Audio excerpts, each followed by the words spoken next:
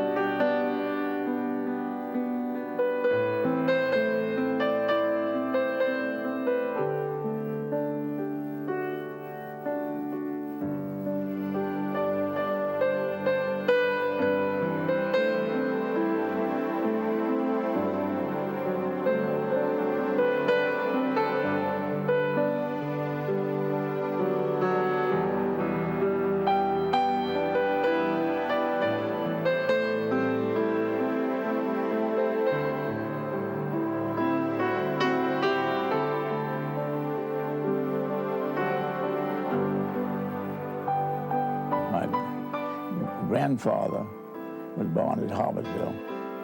He lived on a little farm outside of Hobbitville. I know when he came back from the war, his wife looked out through the window and saw him stop plowing, and she went and asked him was he sick? Because he was a very industrious person. He said no, he was too smart to plow the rest of his life. And he came to the city, got a job in Spartanburg. Mr. Milligan, Seth Milligan, told me himself, that, which I remember, telling me that my grandfather was one of the smartest businessmen he ever knew. He loaned him $10,000, and he made arrangements also for some mills being liquidated in New England to have the machinery brought down. When Spartan Mills was formed, by Captain John H. Montgomery. He was killed in 1902. I knew he was a very industrious man, hard-working man, from all that I heard about him.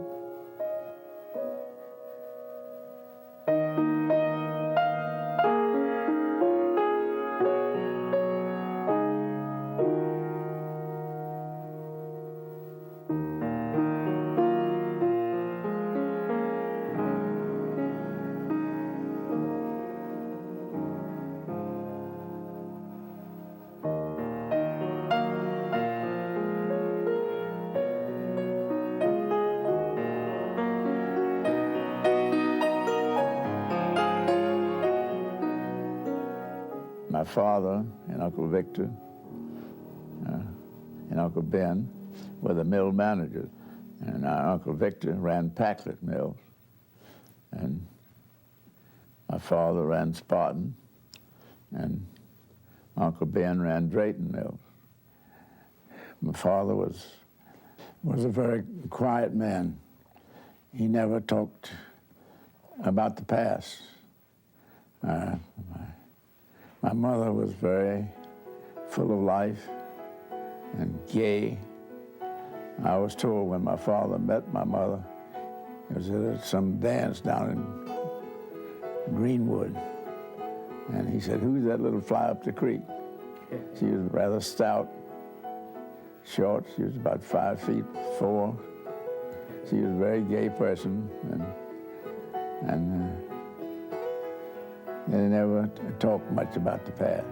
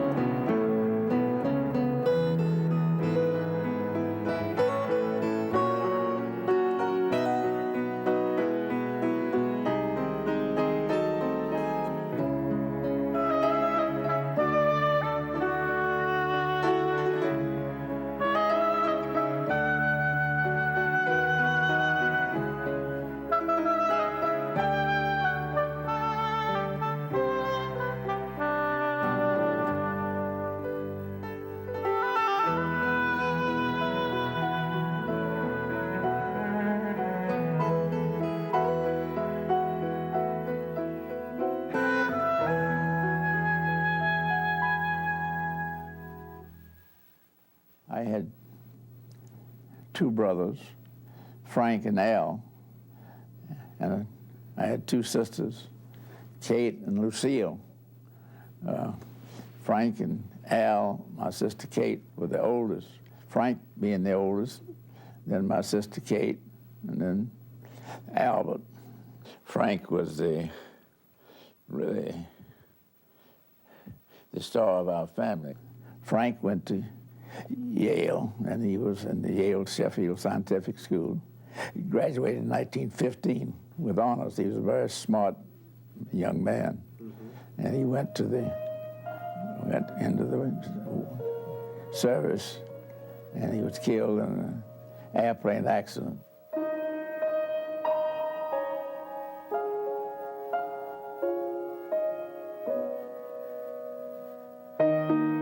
They brought back his belongings here, and they sent some, I had some pictures showing the accident. He explained the accident that took place. As I understood it, my brother was flying and maneuvering with this pilot. He was instructor in this English plane, and it was flying upside down, maneuvering, and it was only 500 feet high. When the plane didn't have time, the straps broke on the pilot. He fell out of the plane. My brother was in the back seat, and he was trying to get in the front seat, and the plane hit the ground before he had time to do so. My brother Albert, he went to Sewanee after going to Wofford College a while, and he never did get married. He was in the banking business and stock and bond business here in Spartanburg, and he died in 1922. He had a streptococci infection.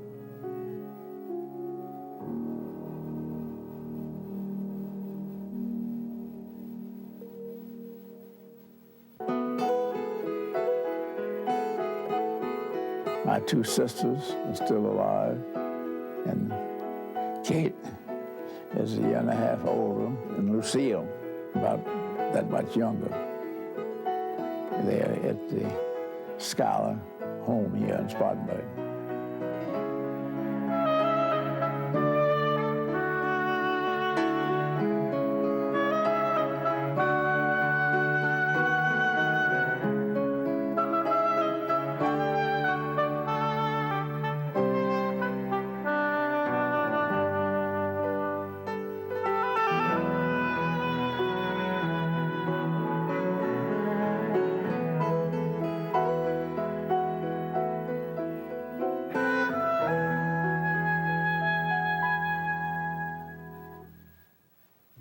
I was born at the corner of Oakland Avenue in Maine.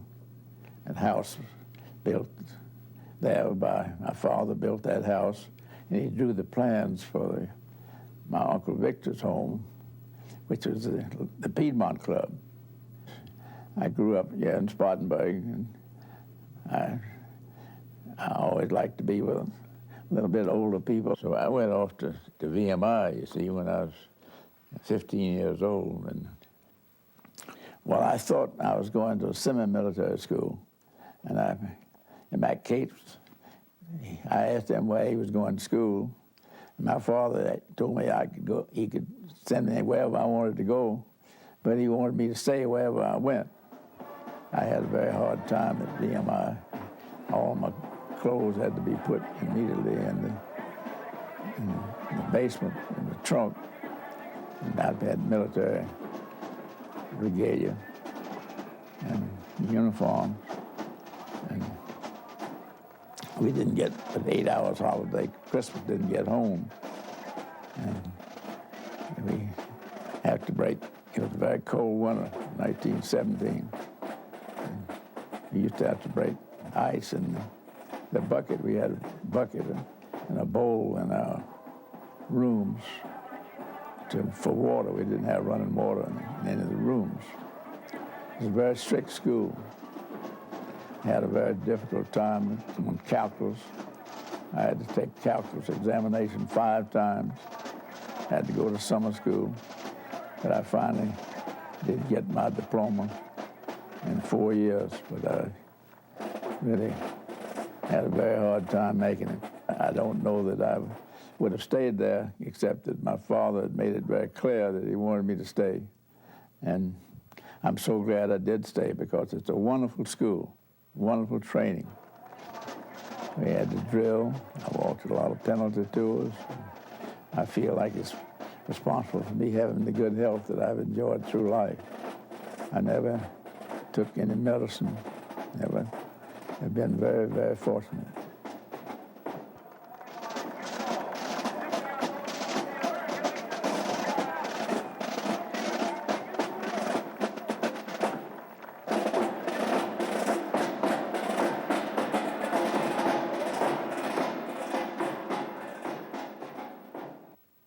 When I graduated VMI in 1920, I went to work at Montgomery Crawford, and I enjoyed working there very much. Everything there, except when my mother would call up and ask for little Walter, and the clerks would call out for little Walter and make me very mad when they'd do that, because I wanted to be older.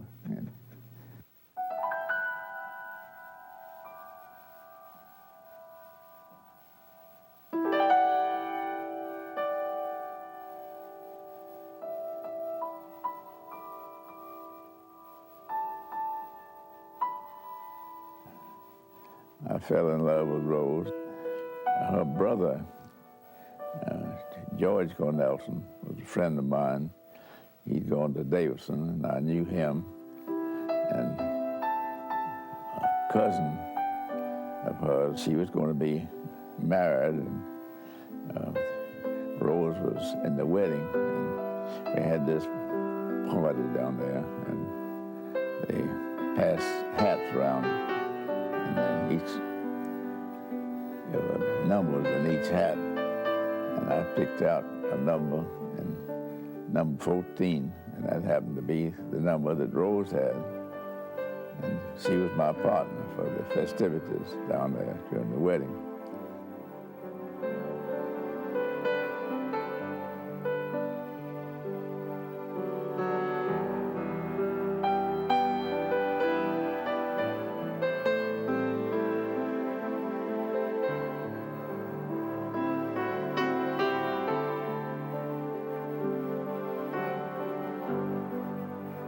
Just really fell hard for her and worked very hard to get her. She was from New Orleans, and her father was the minister down there, the head of the St. Charles Church. That was the biggest Presbyterian church down. She was a Presbyterian. Mm-hmm. And I fell in love with Rose, and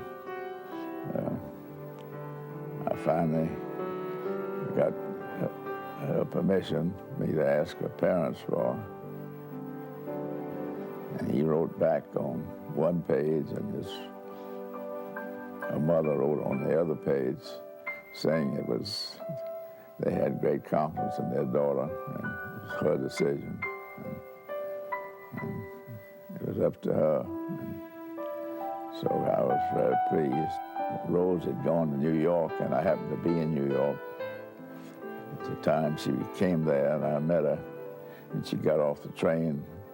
She worked as a waitress in one of the little restaurants up in right 125th Street. And she also taught swimming there, and she was a great swimmer. And so I got word up there that her father was critically ill, and we came down on the train. I had got a ticket. I thought 2 tickets were enough, but I got a stateroom for Rose, and they had to have 3 tickets, and I didn't have any money to do that. And I got off and wired my father in Spartanburg. The police meet me with some money to pay the conductor in Spartanburg, which he did do. And so her father was buried in Clinton. And we got off the train here and went to the funeral.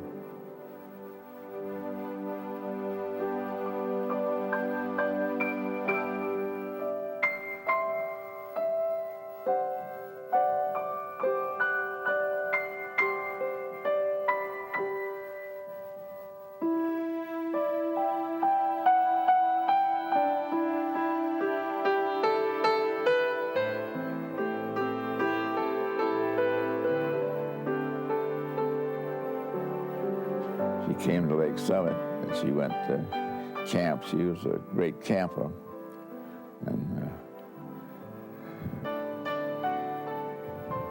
she was a great swimmer. She taught swimming, and shooting, rifle.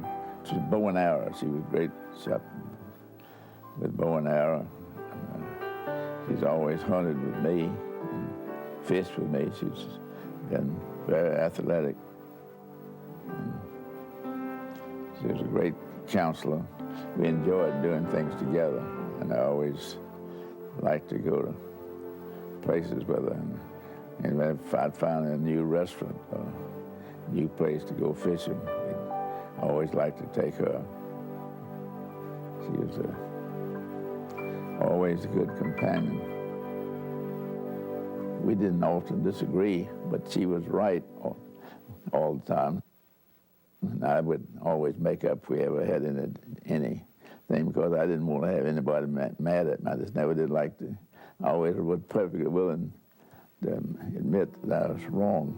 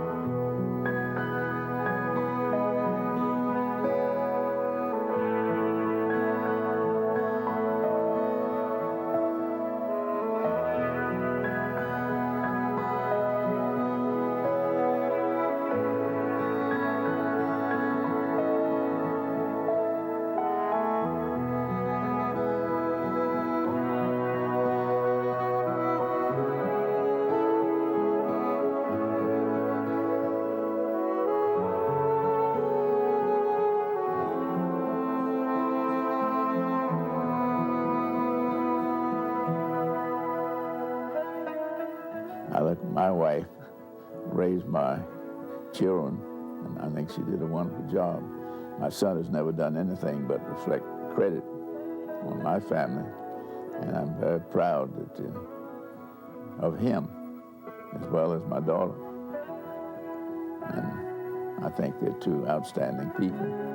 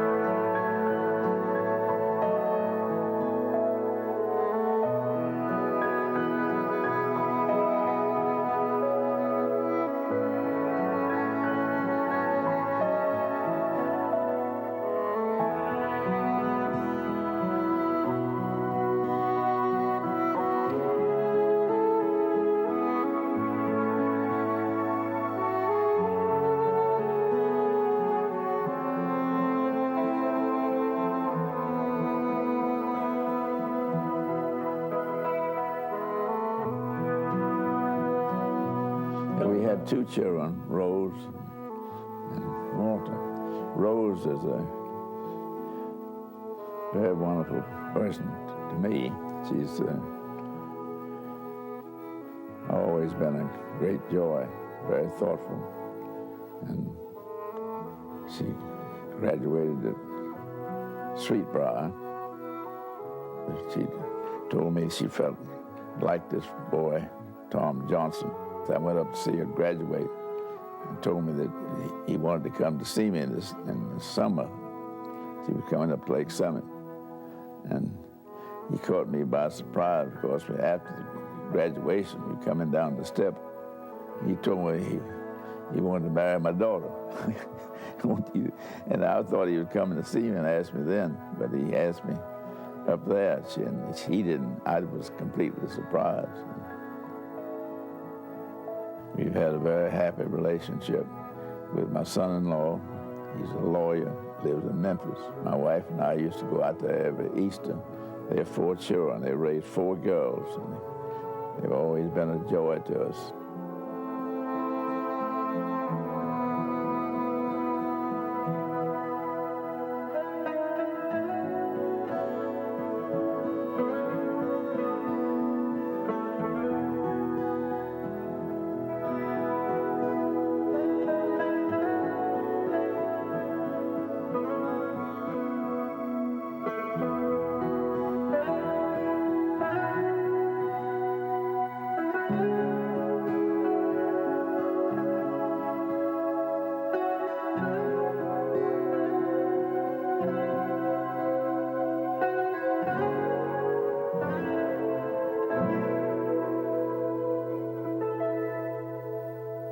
My son, he's different. He took more after his mother. He was a person that not as outgoing in a way. He was very much, he made up his own mind, kept to himself more. Everybody has their own way of doing. My son has his way of doing. He makes up his own mind, and he's got children who make up their own mind. Everybody has a right to do themselves. He's always been a great credit to me.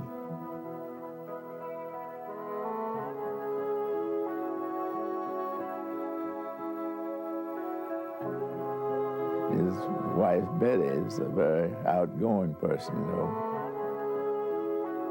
He's a good sportsman, too. He loves to hunt and fish, and I enjoy being with him. My son has brought so much happiness to me. So proud of my son.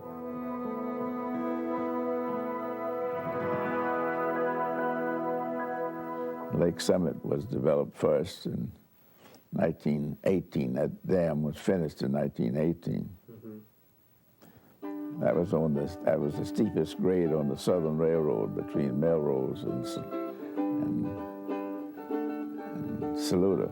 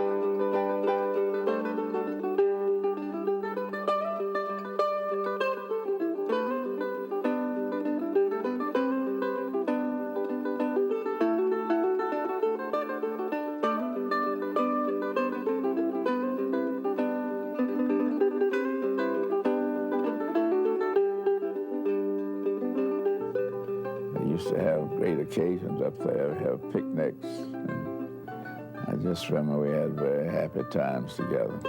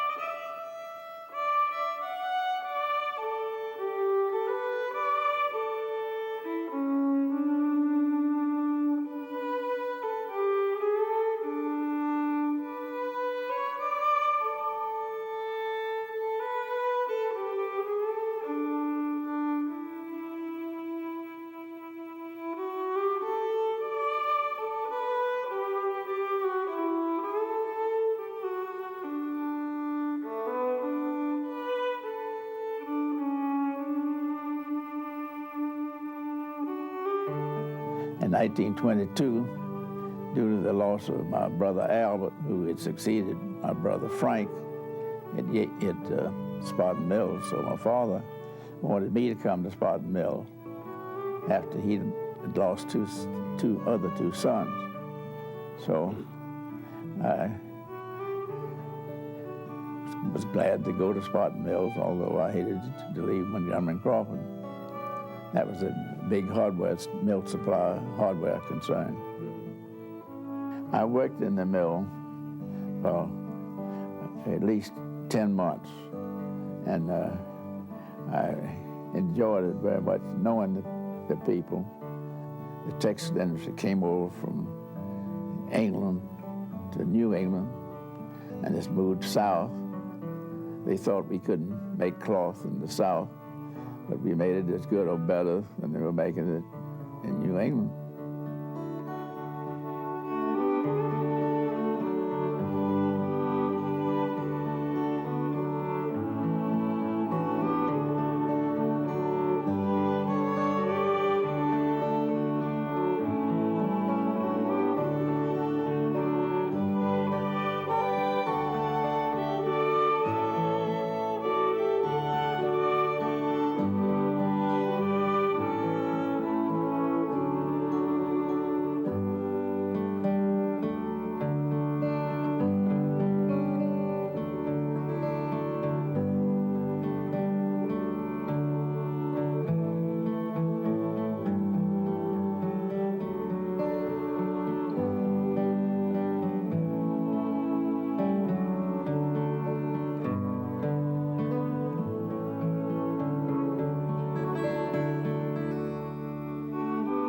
We've got the best employees in the world.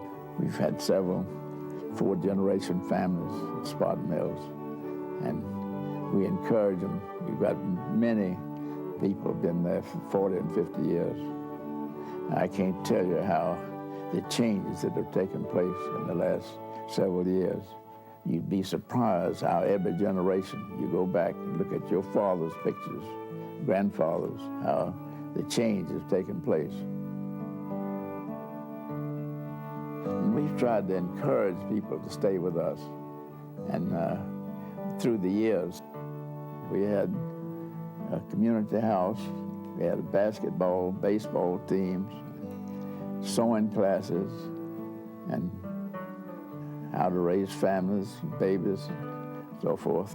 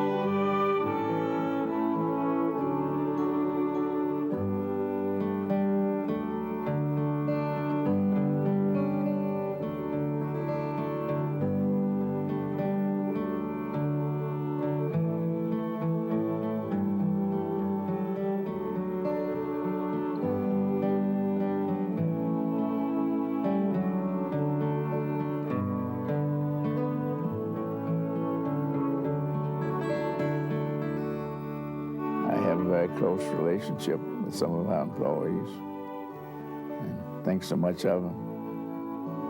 I tell you frankly, I was very busy trying to run our mills, and I paid a price in not knowing the people as well. You got associated with other mills, and you just can't, when you have several mills, you just don't know the people. But I always enjoyed knowing the people that I worked with.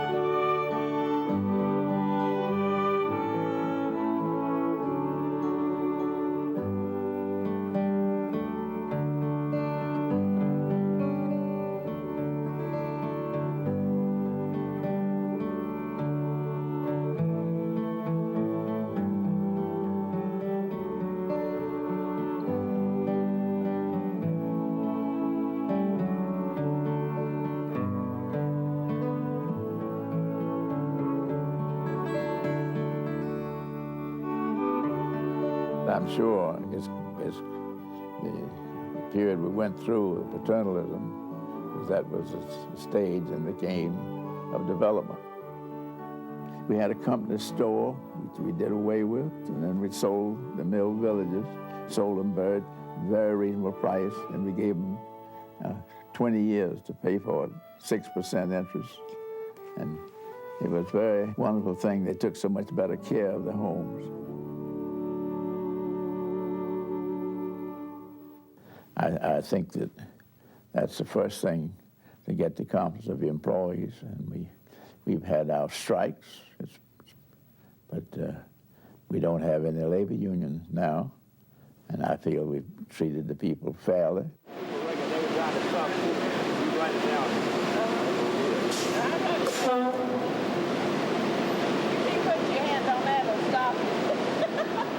We found that our employees, we had the Deming idea. I think the people that are working for us know more about the machinery than anybody else. And we're looking for them for all the suggestions they can make to improve conditions. And I really feel we work together. Our employees own 30% of Spartan Mills, and now we have 4,700 employees, and they are all part owners of Spartan Mills.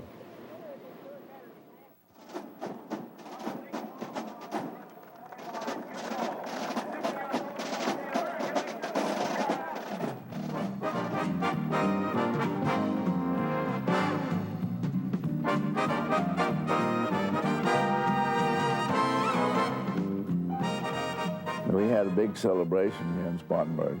Textiles go to war to encourage people. The Army cooperated with us, and all the mills here cooperated. We had it out at the ballpark here. We had a barbecue, had a style show. We had 2 or 3 speakers here. Jimmy Burns was here. We had a couple, 2 or 3 people from Washington. Textiles are next to steel and iron in case of a war. Ames Stevens and Joe Lanier Sr. and I went to Europe for the quartermaster. We went to England to try to induce them to produce more cloth. And then later, we were sent to make a survey of the destruction of the textile industry in Germany. I was in Holland when the war ended and got a telegram from Jimmy Burns, who had a lot to do in Washington.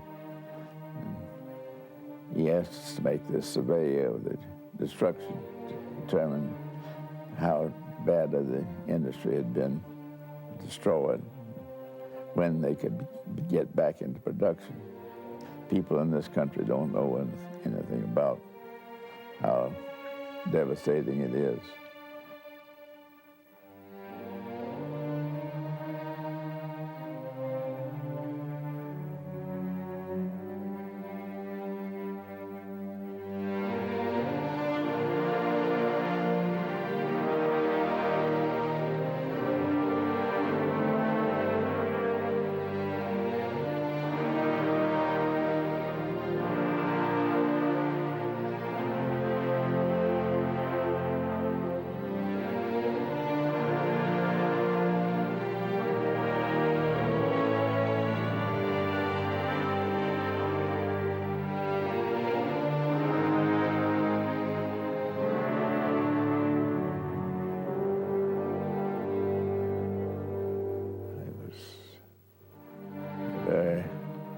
Revealing story.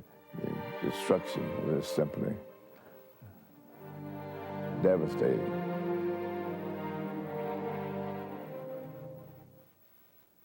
They'd never been in a plant like this, so I want them to see the best we've got right here. Absolutely. Yes, sir. This is it. Yes, sir. I'm really concerned about this, the future of the textile industry. Our government has encouraged us to spend money. We spent over $200 million at Spartan Mills in the past 12 years, putting in new machinery, modernizing, and we have an average wage of over $9.25, including the perks that we give the employees. And we're competing with, like China, that didn't ship any goods here into this country in 1978. That was the first ship. And now they're the largest importer into this country, a communist country.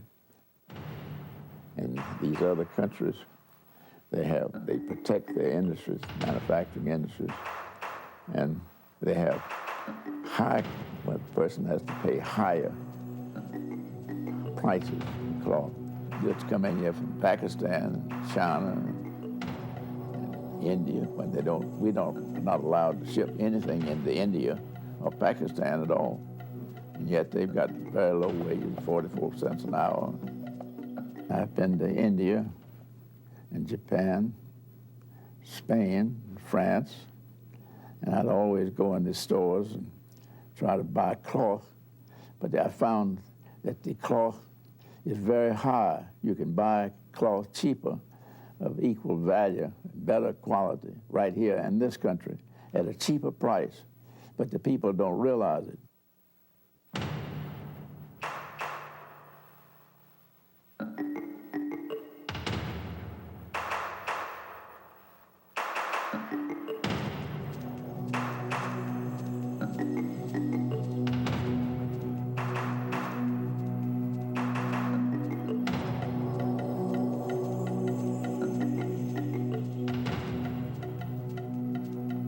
When you think back on it, we destroyed the industry in Japan, and we helped them build back, given subsidies to them manufacturing, and encouraged them in every way. We want to trade with these foreign countries. We recognize we have to trade, but our government isn't doing anything to create fair trade. So we are very much concerned about what to do.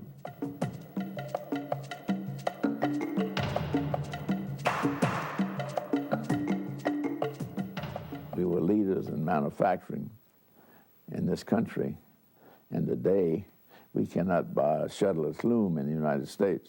We can't buy an air-jet spinning frame. We've got to. I've seen Socko Lowell, Whiting Machine Works, that made spinning and cardroom equipment, go out of business. And the Draper Corporation that made looms, Crompton Knowles made looms. They're practically out of business. You know, Draper has a plant here, and making parts, but I'm just hoping they're going to be able to stay in business, because we've got a few Draper looms that we need parts for. Of course, nobody buys a shuttle loom now. It's air-jet all the time, but we have to buy them from Germany or Japan or Belgium or Austria. The textile men, I think, are all grand people, but they don't agree on anything. I've had Fritz Hollins, I've talked to him about, who I think knows more about the textile industry than anybody in Washington. He's a good speaker. He understands it. He said, why don't you all get together? Why don't you agree on something? The textile men know each other. We have group meetings together. We're friends. We associate with each other. For instance, Roger Milligan and I are close friends. Like Kate, the head of Burlington Mills, Stevens, I've known him all my life. Red Dent, yeah.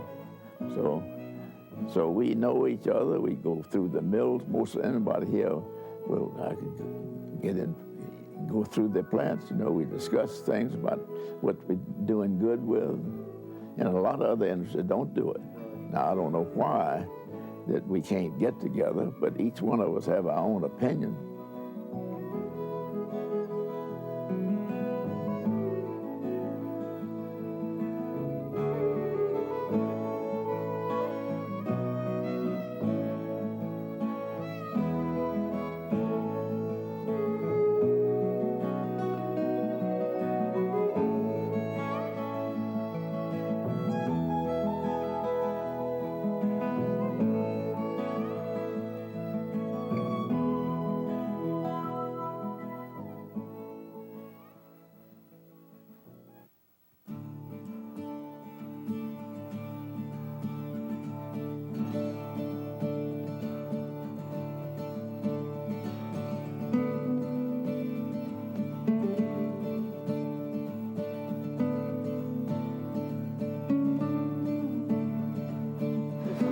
golf range. He's showing that. We've got them in downstairs completely now. It's all reader with the auto leveler on the drawing. You've got what way is that? All this, the finisher line here. All right.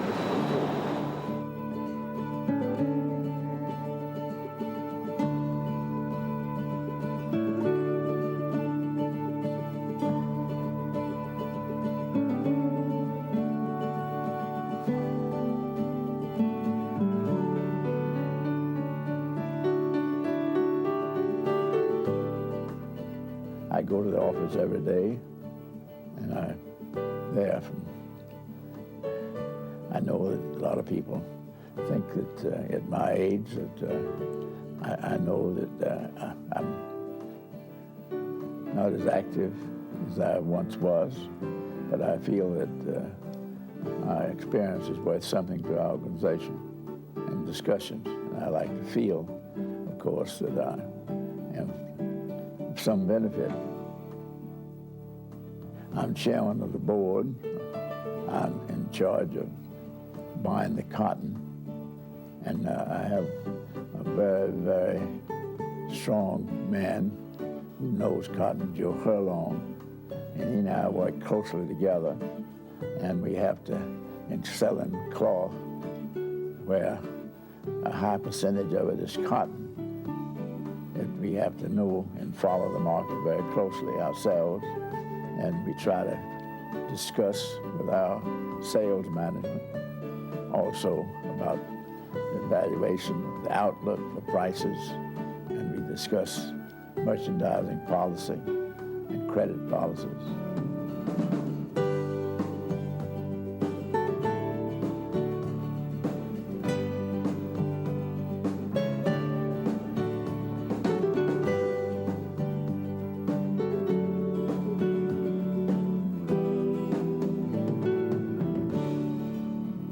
I love our company. It's I certainly would rather wear out than rust out, you know.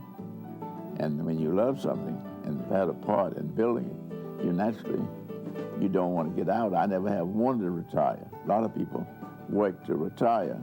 I have to admit that it's very difficult for my son at times and difficult for me. I know he would like me to retire. I've been often asked, who do you know, Dad? He's got a company working with him, 93 years old.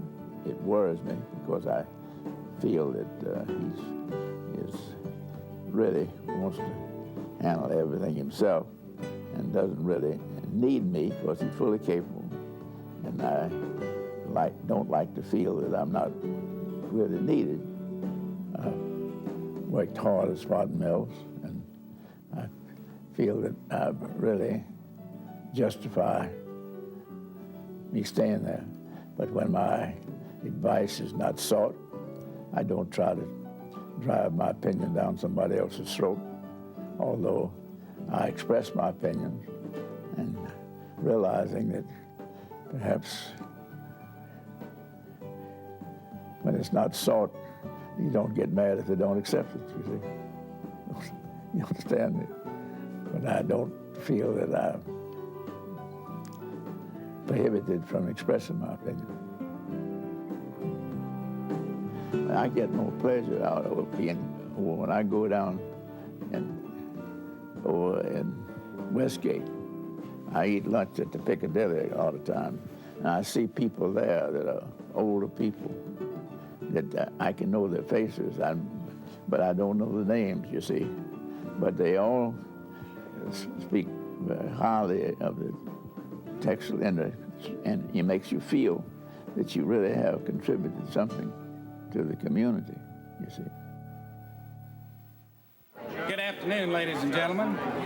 I'm Bill Cooper, Chairman of the Board of Trustees for the Spartanburg Hospital System, and it is my pleasure to welcome you to the dedication ceremony for the Rose and Walter Montgomery Tower. On behalf of the members of the Board of Trustees, the employees, and members of the Spartanburg Regional Medical Center family, we are pleased to have you join us in celebrating this important occasion for Spartanburg Regional Medical Center and for the entire community. I'd like to offer a special welcome to Mr. Walter Montgomery, who is celebrating his 94th birthday today. It is in his and his wife's honor that this tower has respectfully been named.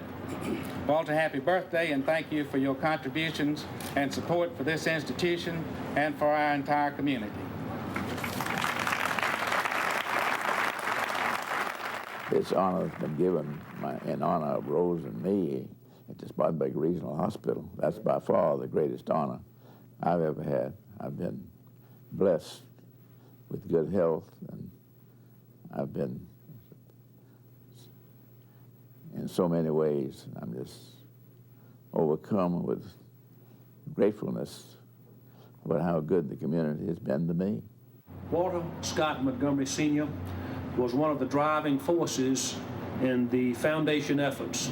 He helped us raise over $3 million for continued quality health care in the community, and an endowment of more than $1 million has been established in honor of Rose and Walter Montgomery Sr. by the Spartanburg Regional Medical Center Foundation. I am so proud to be here today to have an opportunity to participate in this ceremony. And it's a real pleasure because as we talk about a dedication and the opening of the Spartanburg Regional Medical Center's new patient tower, at the same time we also talk about contributions that two great South Carolinians have made. Rose and Walter Montgomery have made more contributions than we could enumerate were we to stay here until tomorrow at noon. You know, I have had the privilege as the governor of the state of South Carolina to meet the movers and shakers of our state, to be in the company of all of those who have been leaders in South Carolina, from other governors to business leaders. No one in this state has given more and done more than the Montgomery family, and Walter Montgomery Sr., you are the leader of that family, sir, and I salute you for it.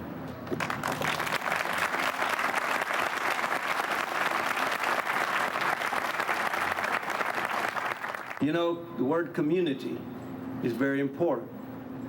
We're all individuals here. And individually we can do some things. As a community, we can do most things. Walter Montgomery and Rose Montgomery were our catalysts. And to accomplish anything, there has to be a catalyst. And Mr. Montgomery, you have been a catalyst for much more than this tower. You have been a catalyst for a community for a long time and for a state. I marvel at the things that you've accomplished, and there's very little that I can say other than to say thank you. But on behalf of the people of the state of South Carolina, I would like to make a very small presentation to you, sir.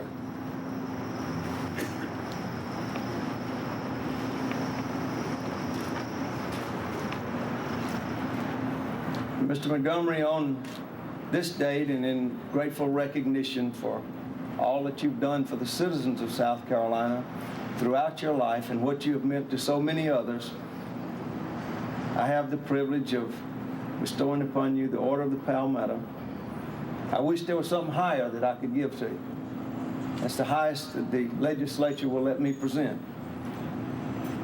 But it is given in grateful recognition for your interest and friendship to the state of South Carolina and her people.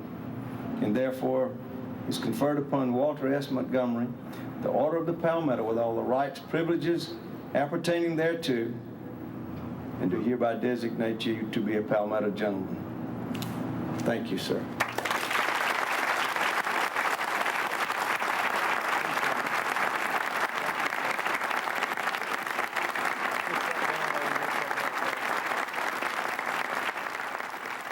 It's been a pleasure to me to feel that I have been of some assistance and what's anything that's good for our community.